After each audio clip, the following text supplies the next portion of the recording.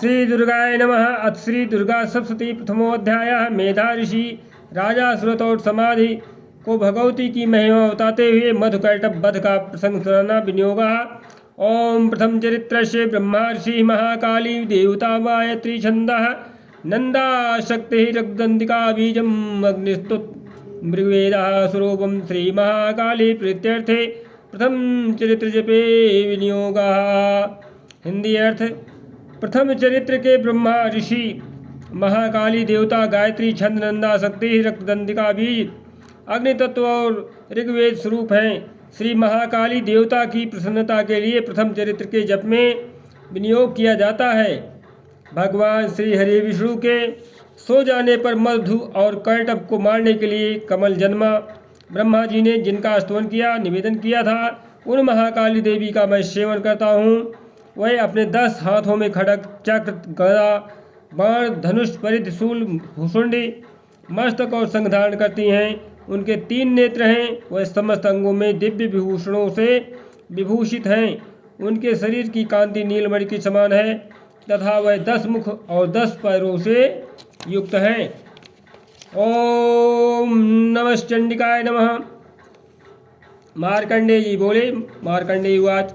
सूर्य के पुत्र सावर्णी जो 8वें मनु कहे जाते हैं उनकी उत्पत्ति की कथा विस्तार पूर्वक कहता हूँ, सुनो। सूर्य कुमार महाभाग सावर्णी भगवती महामाया के अनुग्रह से जिस प्रकार मनवंतर के स्वामी हुए वही प्रसंग सुनाता हूँ। पूर्व काल की बात है कि सुरोचिष मनवंतर में सुरथ नाम के एक राजा थे जो चैत्र वंश में उत्पन्न हुए थे। उनका समस्त भूमंडल पर अधिकार था। वह प्रजा का अपने औरस पुत्रों की भांति धर्मपूर्वक पालन करते थे। वो भी उस समय कोला विध्वंसी नाम के क्षत्रिय उनके शत्रु हो गए। राजा सुरथ की दंड नीति बड़ी प्रबल थी। उनका शत्रुओं के साथ संग्राम हुआ। यद्यपि कोला विध्वंसी संख्या में कम थे तो भी राजा सुरथ युद्ध में उनसे परास्त हो गए। तब वह युद्ध भूमि से अपने नगर को लौट आए और केवल अपने देश के राजा होकर के रहने लगे। समूची पृथ्वी से अब उनका अधिकार जाता रहा, किंतु वहाँ भी उन प्रबल शत्रुओं ने उस समय महाभाग राजा सुरथ पर आक्रमण कर दिया। राजा का बल क्षीण हो चला था, इसलिए उनके दुष्ट बलवान एवं दुरात्मा मंत्रियों ने वहाँ उनकी राजधानी में भी राजकीय सेना और खजाने को हथिया लिया। सुरथ का प्रभुत्व नष्ट हो चुका था, इसलिए वह शिकार खेलने के लिए घोड़े पर सवार होकर के वहाँ से अकेले ही घने जंगल में चले गए। वहाँ उन्होंने विप्रवर मेधा मुनि का आश्रम देखा, जहाँ कितने ही हिंसक जीव अपनी स्वाभाविक हिंसा वृत्ति छोड़ चुके थे, परम शांत भाव से रहते थे।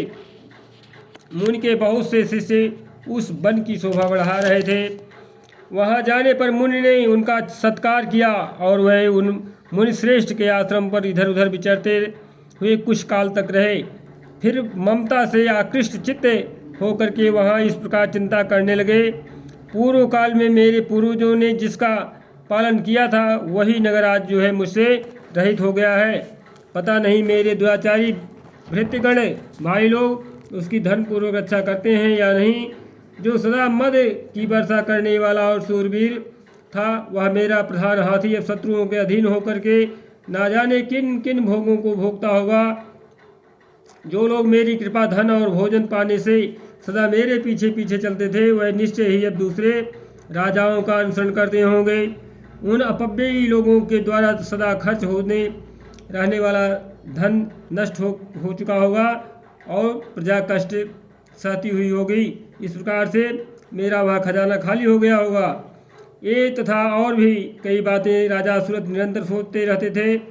एक दिन उन्होंने वहाँ विप्रवर ब्राह्मण मेधा के आश्रम के निकट एक वैश्य को देखा और उससे पूछा, भाई तुम कौन हो? यहाँ तुम्हारे आने का क्या कारण है? तुम क्यों शोकग्रस्त और अनमने से दिखाई देते हो? राजा सुरथ का यह प्रेम पूर्वक कहा हुआ वचन सुन करके वैश्य ने विनीत भाव से उन्हें प्रणाम करके कहा।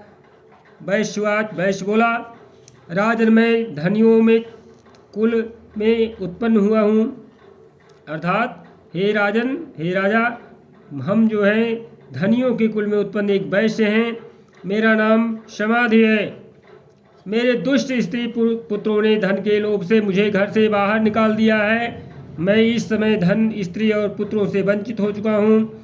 मेरे विश्वसनीय बंधुओं ने मेरा ही धन लेकर के मुझे दूर कर दिया है, इसलिए दुखी होकर मैं जंगल में चला आया हूँ। यहाँ रहकर मैं इस बात को नहीं जानता कि मेरे पुत्रों की, स्त्रियों की और स्वजनों की कुशल हैं अथवा नहीं है। इस समय घर में वह कुशल से रहते हैं अथवा उन्हें कोई कष्ट है। वह मेरे पुत्र कैसे हैं, क्या वह सदाचारी हैं अथवा दुराचारी हो गए हैं। राजनुवाद, राजा ने पूछा, जिन लोभी स्त्री पुत्र आदि ने धन के कारण में अहंकार में आकर के तुम्हें घर से निकाल दिया, उनके प्रति तुम्हारे चित्त में इतना स्नेह का बंधन क्यों है।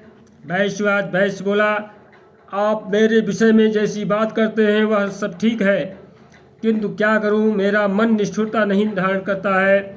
जिन्होंने धन के लोभ से पकड़ करके पिता के प्रति स्नेह, पति के प्रति प्रेम तथा आत्मीय जन के प्रति अनुराग और तिलांजलि दी, मुझे घर से बाहर निकाल दिया गया। उन्हीं लोगों ने हमें बाहर कर दिया।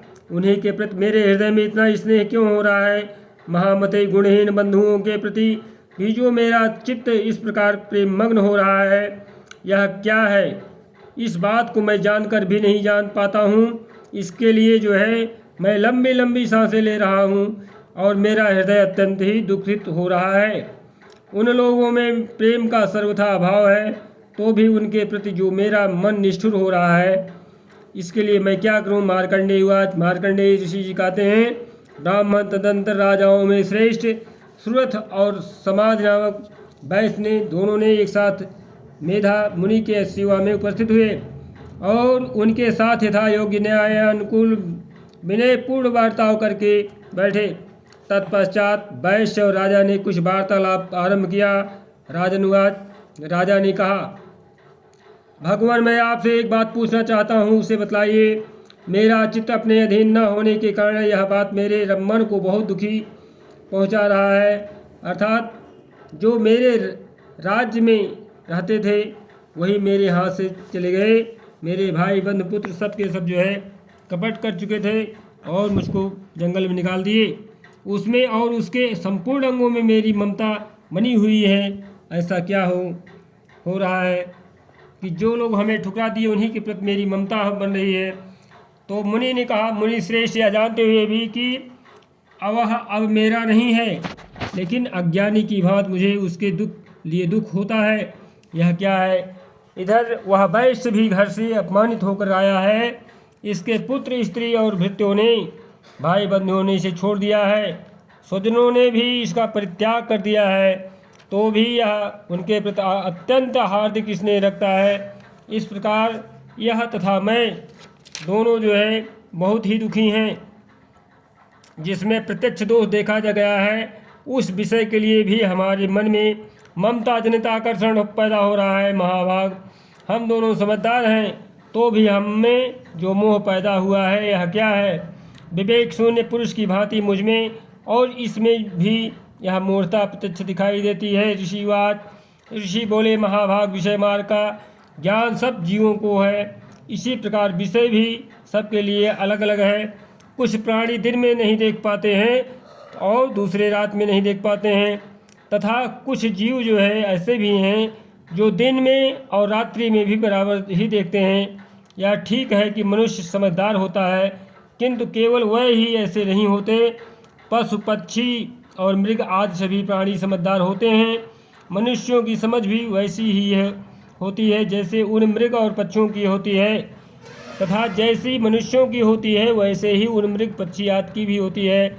अतः अन्य बातें भी प्रायः दोनों में समान ही होती हैं। समझ होने पर भी इन पक्षियों को तो देखो, ये स्वयं भूख से पीड़ित होते हुए भी मोहवश बच्चों की चोंच में कितने चाव से अन्न के दाने डाल रहे हैं। नरश्रेष्ठ, क्या तुम नहीं देखते कि ये मनुष्य समझदार होते हुए भी लोभवश अपने किए हुए उपकार का बदला पाने के लिए पुत्रों की अभिलाषा करते हैं। यद्यपि उन सब में समझ की कमी नहीं है, तथापि वह संसार की स्थिति, जन्म मरण की परंपरा बनाए रखने वाली भगवती महामाया के प्रभाव द्वारा ममता मय भंवर से युक्त हो करके मोह के सागर में गहरे गर्त में गिर गए हैं। इसलिए इसमें आश्चर्य नहीं करना चाहिए। जगदीश्वर भगवान विष्णु की योग निद्रा रूपा जो भगवती महामाया हैं उन्हीं से यह जगत मोहित हो रहा है। वह भगवती महामाया देवी ज्ञानियों के भी चित्त को बलपूर्वक खींच करके मोह में डाल देती हैं। वह ही संपूर्ण चराचर जगत की सृष्टि करती हैं तथा वह ही प्रसन्न होने पर जो है माला माल कर देती हैं, मनुष्यों की मुक्ति के लिए वरदान दे देती हैं। वह ही पराविद्या, संसार बंधन और मोक्ष की हेतुभूता सनातनी देवी तथा संपूर्ण ईश्वर की अधिष्ठात्री अधीश्वरी है। राजनुवाद, राजा ने पूछा, भगवान जिन्हें आप महामाया कहते हैं वह देवी कौन है? ब्राह्मण उनका आविर्भाव कैसे हुआ तथा उनके चरित्र कौन कौन हैं? ब्रह्मा वेताओं में श्रेष्ठ महर्षि, उन देवी का जैसा प्रभाव हो, जैसा स्वरूप हो और जिस प्रकार प्रादुर्भाव हुआ हो, वह सब कथा आपके मुख से सुनना चाहता हूँ। ऋषि बोले, राजन वास्तव में तो वह देवी नित्य स्वरूपा ही है। संपूर्ण जगत उन्हीं में व्याप्त है, उन्हीं का रूप है तथा उन्होंने समस्त विश्व को व्याप्त कर रखा है। तथापि उनका प्राकट्य अनेक प्रकार से होता है।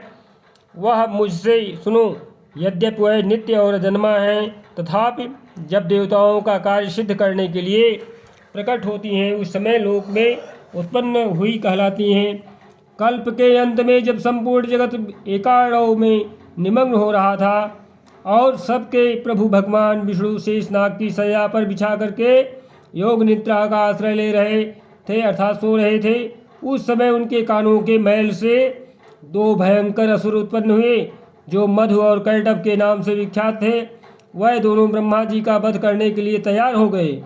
भगवान विष्णु के नाभ कमल में विराजमान प्रजापति ब्रह्मा जी ने जब उन दोनों भयंकर असुरों को अपने पास आया और भगवान को सोया हुआ देखा, तब एकाग्रचित होकर के उन्होंने भगवान विष्णु को जगाने के लिए उनके नेत्रों में निवास करने वाली योग निद्रा का आस्तवन आरंभ किया, जो इस विश्व की अधीश्वरी, जगत को धारण करने वाली, संसार का पालन और संहार करने वाली तथा तेज स्वरूप भगवान विष्णु की अनुपम शक्ति हैं।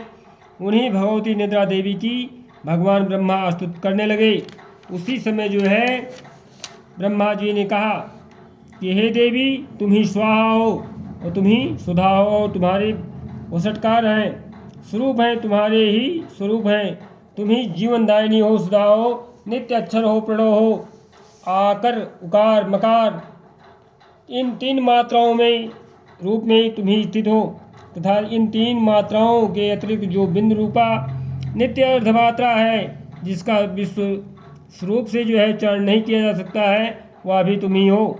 देवी तुम ही संध्या, सावित्री तथा परमजननी हो। देवी तुम ही इस विश्व ब्रह्मांड को धारण करती हो। तुमसे ही इस जगत की सृष्टि होती है, तुम ही से इसका पालन होता है और सदा तुम ही कल्प के अंत में सबको अपना ग्रास बना लेती हो।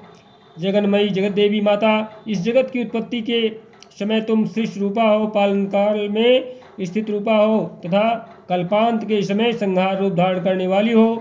तुम ही महाविद्या, महामाया, महामेधा, महास्मृति, महामोह रूपा महादेवी और महासुरी हो। तुम ही तीनों गुणों को उत्पन्न करने वाली सबकी प्रकृति हो। भयंकर काल रात्रि, महारात्रि और मोह रात्रि भी तुम ही हो। तुम ही श्री, तुम ही ईश्वरी हो। तुम ही ह्रीं और तुम ही बोध स्वरूपा बुद्धि हो। लज्जा, पुष्टि, तुष्टि, शांति और क्षमा भी तुम ही हो। तुम खड़ग धारणी, शूल धारणी, घोर रूपा तथा गदा, चक्र, शंख और धनुष धारण करने वाली हो। बाण, भुसुंडी और परिधि ये भी तुम्हारे अस्त्र हैं। तुम सौम्य और सौम्यतर हो। इतना ही नहीं, जितने भी सौम्य एवं सुंदर पदार्थ हैं उन सब की अपेक्षा तुम अत्यधिक सुंदरी हो। पर और अपर सबसे परे रहने वाली परमेश्वरी तुम ही हो। सर्वस्वरूपे देवी, कहीं भी सत असत रूप जो कुछ वस्तुएं हैं और उन सब की जो शक्तियां हैं वह तुम ही हो। ऐसी अवस्था में तुम्हारी स्तुति निवेदन क्या हो सकती है? जो इस जगत की सृष्टि, पालना और संहार करते हैं उन भगवान को भी जब तुमने निद्रा के अधीन कर दिया तब तुम्हारी स्तुति करने में कौन यहाँ समर्थ हो सकता है? मुझको भगवान शंकर को तथा भगवान विष्णु को भी तुमने ही शरीर धारण कराया है, अतः तुम्हारी स्तुति करने की शक्ति किसमें है? हे देवी, तुम तो अपने इन उदार प्रभावों में से ही प्रशंसित हो। ये जो दोनों दुर्धर्ष असुर मद और कैटभ हैं, इनको मोह में डाल दो और जगदीश्वर भगवान विष्णु को शीघ्र ही जगा दो माता। साथ ही इनके भीतर इन दोनों महान असुरों को मार डालने की बुद्धि उत्पन्न कर दीजिए। ऋषि कहते हैं, राजन, जब ब्रह्मा जी ने मधु और कैटभ को मारने के उद्देश्य से भगवान विष्णु को जगाने के लिए तमोगुणी की अधिष्ठात्री देवी योग निद्रा की इस प्रकार स्तुति की, तब वह भगवान के नेत्र, मुख, नासिका, बाहु, हृदय और बच्छा स्थल से निकल करके अव्यक्त जन्मा ब्रह्मा जी की दृष्टि के समक्ष खड़ी हो गई। योग निद्रा से मुक्त होने पर जगत के स्वामी भगवान जनार्दन उस एकाड़व के जल में शेषनाग की सैया पर जाग उठे। फिर उन्होंने उन दोनों असुरों को देखा। वह दुरात्मा मधु और कैटभ अत्यंत बलवान और तथा पराक्रमी थे और क्रोध से लाल आंखें किए ब्रह्मा जी को खा जाने के लिए उद्योग कर रहे थे। तब भगवान श्री हरि नारायण उठ करके उन दोनों को के साथ 5000 वर्षों तक केवल महायुद्ध, बाहु युद्ध किया, हाथापाई किया। वह दोनों भी अत्यंत बलवान थे, बल के कारण मत हो रहे थे। इधर महामाया ने भी उन्हें मोह में डाल रखा था, इसलिए वह भगवान विष्णु से कहने लगे, हम तुम्हारी वीरता से संतुष्ट हैं, तुम हम लोगों से कोई वरदान मांग लो। श्री हरि नारायण श्री भगवान बोले, यदि तुम दोनों दैत्य मुझ पर प्रसन्न हो तो अब तुम मेरे हाथ से मारे जाओ। बस इतना सा ही मैंने वर मांगा है, यहाँ दूसरे वर से किसी का क्या प्रयोजन होगा। ऋषि कहते हैं, इस प्रकार धोखे में आ जाने पर जब उन्होंने संपूर्ण जगत के जल थल की तरफ देखा, तब कमलनयन भगवान से कहा, जहाँ पृथ्वी जल में डूबी हुई ना हो, जहाँ सूखा स्थान हो, वहीं हमारा वध करो। ऋषि कहते हैं, तब भगवान श्री हरि नारायण ने तथास्तु कह करके शंख चक्र और गदा धारण करने वाले भगवान ने उन दोनों के मस्तक अपनी जंघा पर रख करके चक्र से काट डाले। इस प्रकार ये देवी महामाया ब्रह्मा जी की स्तुति करने पर स्वयं प्रकट हुई थी। अब इन्हें तुमसे उनके प्रभाव का वर्णन करता हूँ, सुनो। श्री मार्कंडेय पुराण में सर्वाधिक मनवंतर की कथा अंतर्गत देवी महात्म्य में मधु कैटभ वध नामक पहला अध्याय पूरा हुआ। बोली जय शेरावाली माता की।